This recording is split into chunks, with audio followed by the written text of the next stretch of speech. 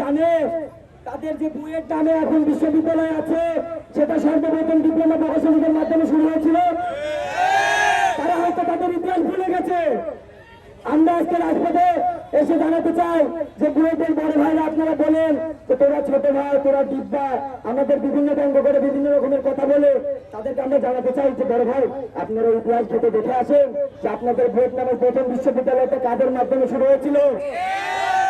আপনারা ভালো করে দেখবেন, বুয়েটের আগে আহসানুল্লাহ বিশ্ববিদ্যালয় নামে একটা ডিপ্লোমা প্রকৌশলী বিশ্ববিদ্যালয় ছিল, যার মাধ্যমে ডিপ্লোমা ইঞ্জিনিয়াররা উন্নত হতে হতে যখন বেশি গ্রাজুয়েশনে চলে যায় তারপরে আমাদের এই বুয়েট শুরু করা হয়। বর্তমানে কিছু নামধারী বিএসসি ইঞ্জিনিয়াররা দেশের পরিস্থিতি বিশৃঙ্খল করার লক্ষ্যে আমাদের ডিপ্লোমাদের উস্কে দিচ্ছে।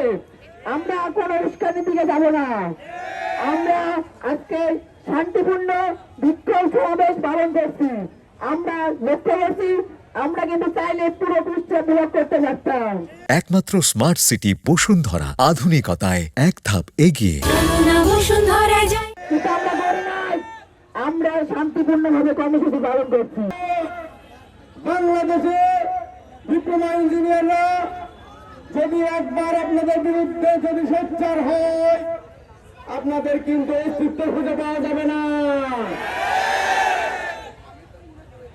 আপনারা হয়তো বা ভুলে গেছেন বাংলাদেশের জনগণ এবং বাংলাদেশের ছাত্র সমাজ যদি একবার রুখে দাঁড়ায়, সকল ষড়যন্ত্র কিন্তু মুখ থুবড়ে পড়ে।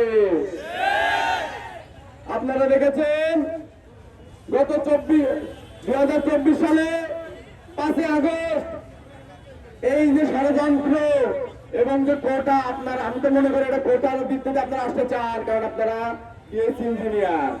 আপনাদের কতটা ডিমোশন হয়েছে তা দেখলেই বোঝা যায়।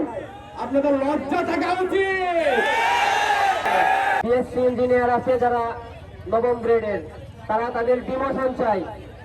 পড়াশোনার এত অবনতি হয়েছে যে তারা নবম